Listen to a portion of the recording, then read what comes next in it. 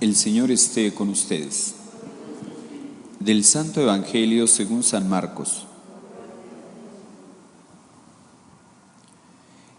En una ocasión en que los discípulos de Juan el Bautista y los fariseos ayunaban, algunos se acercaron a Jesús y le preguntaron: ¿por qué los discípulos de Juan y los discípulos de los fariseos ayunan y los tuyos no? Jesús les contestó: ¿cómo van a ayunar los invitados a una boda mientras el esposo está con ellos? Mientras está con ellos el esposo, no pueden ayunar. Pero llegará el día en que el esposo les será quitado y entonces sí ayunarán. Nadie le pone un parche de tela nueva a un vestido viejo, porque el remiendo encoge y rompe la tela vieja y se hace peor la rotura. Nadie echa vino nuevo en odres viejos, porque el vino rompe los odres. Se perdería el vino y se echarían a perder los odres. A vino nuevo, odres nuevos. Palabra del Señor.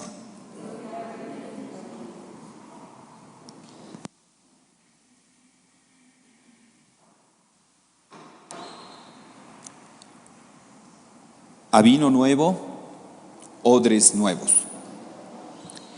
Hermanos, la iglesia es ese odre nuevo para ese vino nuevo que es la doctrina de Jesucristo. El Antiguo Testamento sirvió como preparación, ayudó como preparación para cuando llegara la plenitud de los tiempos, que iba Dios Padre a enviar a su Hijo. Y Jesús, para ese vino nuevo, funda la iglesia para que el vino nuevo esté en un odre nuevo. A vino nuevo, odres nuevos. En esta semana empezamos lo que se llama la octavario de Semana de Unidad por los Cristianos, de oración por la unidad de los cristianos. Y nosotros debemos de preguntarnos: ¿qué tanto yo soy signo de unidad? De hecho, la unidad es una de las características esenciales de la iglesia. A ver, vamos a repasar cuáles son esas características esenciales de la iglesia. La iglesia es una, santa, católica y apostólica. Entonces, es una de las características esenciales. Es una misma fe, unos mismos sacramentos, una misma doctrina. Es una. Cuando Jesús rezaba por sus seguidores, decía: Padre, no solo te pido por estos, sino te pido por los que van a creer por la predicación de estos, para que todos sean uno. Así como hay un solo rebaño, que haya un solo pastor. Así como hay un solo pastor, que haya un solo rebaño. Padre, así como tú y yo somos uno, te pido por los que van a creer por la predicación de los apóstoles, que sean uno. La unidad es la voluntad de Dios. Dios no quiere la división. Dios quiere la unidad. Padre, te pido que todos sean uno. Por eso, la división no es de Dios. La división no es de Dios. Por eso, cuando alguien que supuestamente por ahí tiene alguna revelación y que Dios le pide, que eso es el argumento que siempre utilizan, que Dios le pide que funde una iglesia. A ver, espérame, Dios ya fundó la iglesia, tú eres Pedro y sobre esta piedra edificaré mi iglesia y los poderes del infierno no prevalecerán en contra de ella. Yo estaré con ustedes todos los días hasta el fin del mundo. Cristo ya fundó su iglesia. Él no le puede pedir a alguien que funde otra iglesia. Eso no es de Dios. Dios no quiere la división. Dios quiere la unidad. Padre, te pido que todos seamos uno. Por ejemplo, en la primera lectura nos habla en el libro de los Hebreos que todo sumo sacerdote es un hombre escogido de entre los hombres y está constituido para intervenir en favor de ellos ante Dios, para ofrecer dones y sacrificios por los pecados. El sacerdote es un hombre tomado de entre los hombres que está en servicio de los hombres, en servicio de la comunidad, en servicio del pueblo, en todo aquello que se refiere a las cosas de Dios. Esa es la misión del sacerdote: ayudar al pueblo en todo lo que se refiere a las cosas de Dios. El sacerdote participa del único sacerdocio de Cristo. Tú eres sacerdote para siempre. Los sacerdotes participamos del único sacerdocio que es el de Cristo. Por eso podríamos decir como la unidad debe ser estar unidos al Papa, estar unidos a nuestros obispos, estar unidos a nuestros pastores, a nuestro párroco. Esa es la unidad. O sea, quien ya empieza por ahí que el Papa, que a cuestionarlo, que los obispos, caray, ¿ya te estás poniendo por encima del Papa? O sea, hay gente que yo no sé de dónde lo sacan, ¿verdad? Que no es el auténtico Papa. Que, a ver, ¿de dónde sacas eso? ¿De dónde sacas eso? Ya está muy claro el proceso para cuando muere un Papa, cómo se elige el nuevo Papa, que hay un cónclave que se elige, ya se hizo. ¿Cuál es el problema? ¿Qué se hizo? Entonces hay gente que se quiere poner por encima de lo que es el Papa. ¿Y tú quién eres? O sea, si tú me dices que no le haga caso al Papa, dime tú quién eres para hacerte caso a ti. Unidad. La unidad viene estar unidos al Papa, estar unidos a nuestros obispos, estar unidos a los párrocos. Es que no estoy de acuerdo, felicidades, haz tu secta. Si no estás de acuerdo, haz tu secta. Pero no digas que eres católico. Porque lo que no se vale es que con la autoridad de la Iglesia Católica se ande diciendo lo que no dice la Iglesia Católica. Unidad con el Papa, unidad en doctrina. Nosotros la doctrina que tenemos ahorita es la misma doctrina, la misma fe que recibieron en el siglo I, en el siglo II, en el siglo III. Hay continuidad. De hecho, cuando venga la duda, ¿cuál es la iglesia que Cristo fundó? Donde está el sucesor de Pedro, está la iglesia que Cristo fundó. Ahí está, no te compliques más. Es que me dicen los pentecostales que ellos son la verdadera iglesia, los testigos de Jehová, los mormones, los santos de los últimos días, ellos dicen que son la verdadera iglesia. ¿Ah, sí? ¿Y dónde estaban antes del siglo XVI? Con Lutero pues vino toda esa división de los protestantes. Pero antes del siglo XVI, ¿dónde estaban? No es que nosotros solamente nos guiamos por la Biblia. ¿Cuál Biblia? Tenemos la auténtica Biblia. ¿La auténtica Biblia? Si los protestantes son del siglo XVI, ¿la Biblia que agarraron de quién sería? Pues de la Iglesia Católica. Así que no nos confundamos. Históricamente se puede llegar a la iglesia que Cristo fundó.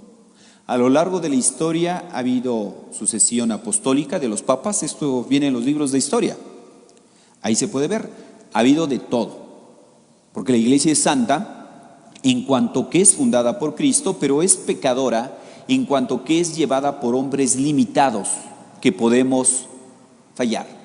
Pero la iglesia no es obra humana. Si la iglesia fuera obra humana ya se hubiera acabado.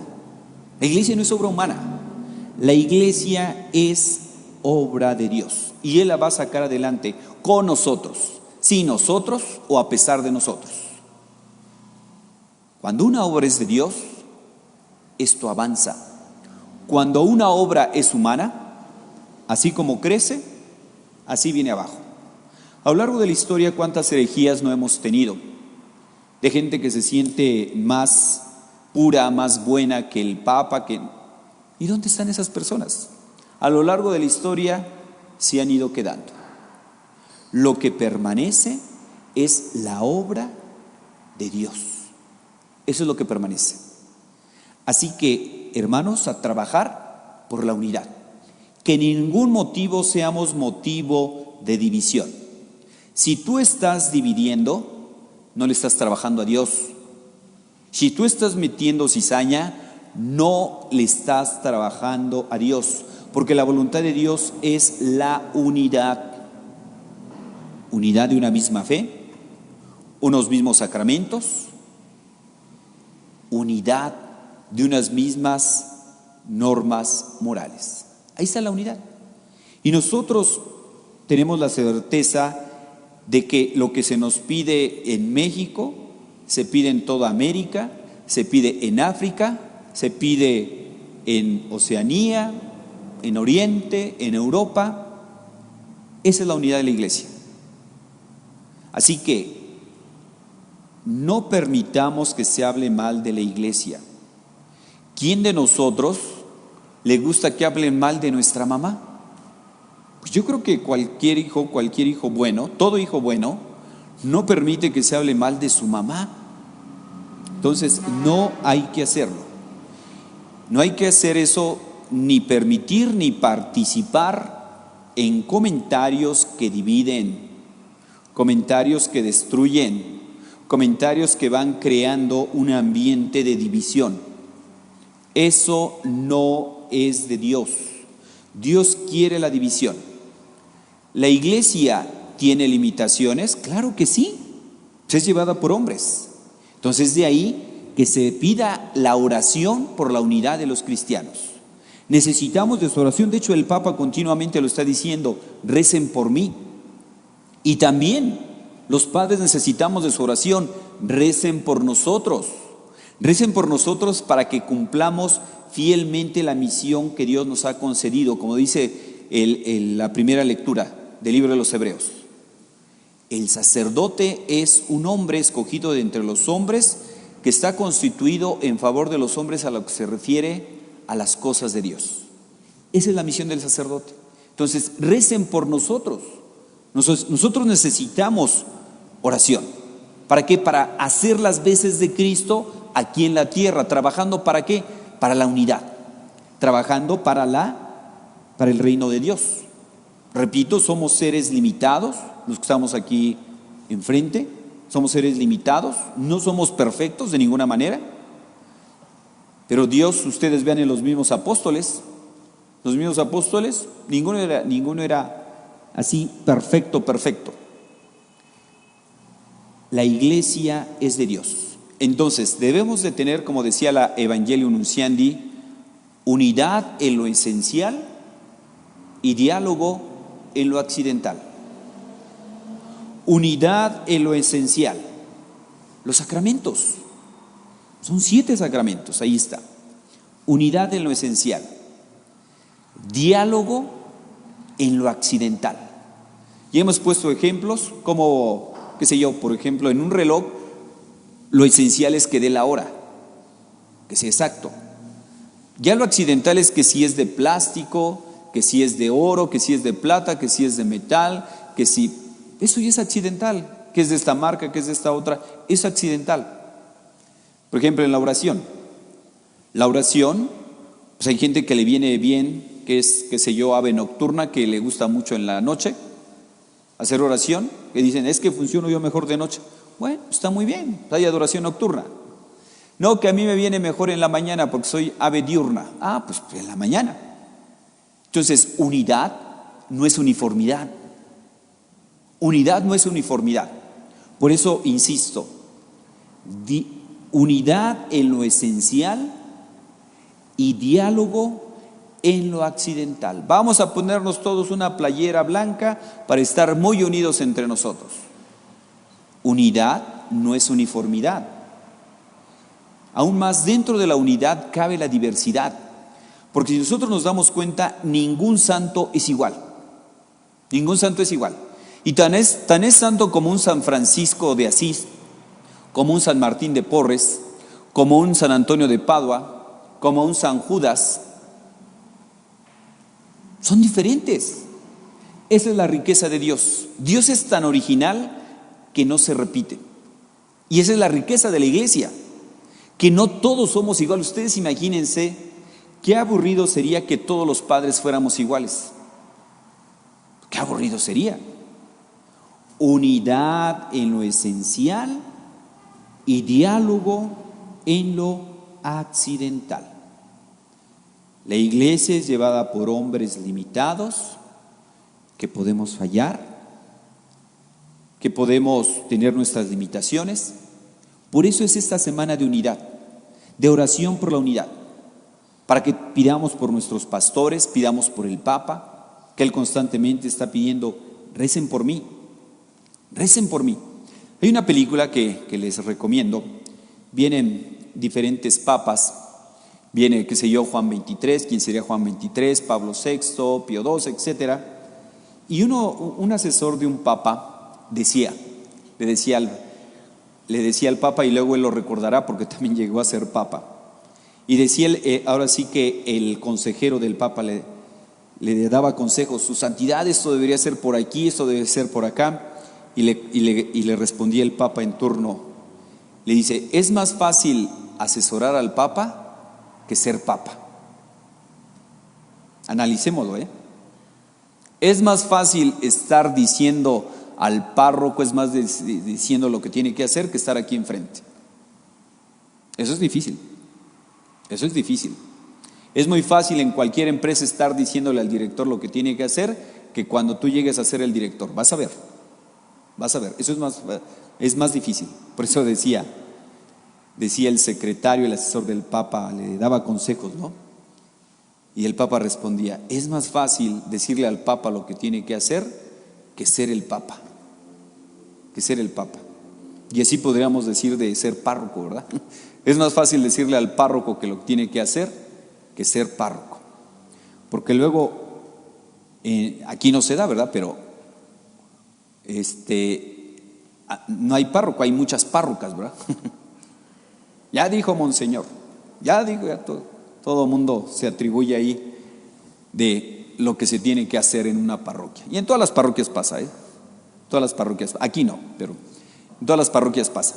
Ahí que salen párrocas por ahí, Pues bien, hermanos, diálogo en lo accidental y unidad en lo esencial. Pues que esta semana nos llevemos esa tarea de rezar por la unidad y en ningún momento seamos nosotros motivo de división, ni comentarios, ni críticas, ni cosas que dividen, todo lo contrario. Que seamos como esas primeras comunidades que decían al ver los cristianos, véanlos cómo se aman.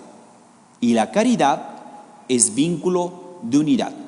Así que lo que nos debe de mover en los grupos, en las comunidades que estemos, debe ser la caridad, debe de ser buscar el reino de Dios, debe ser buscar su gloria y no buscar nuestra gloria, porque eso se llama vanagloria. Pues pidamos al Señor para que pongamos nuestro granito de arena en la unidad de la iglesia. Que así sea.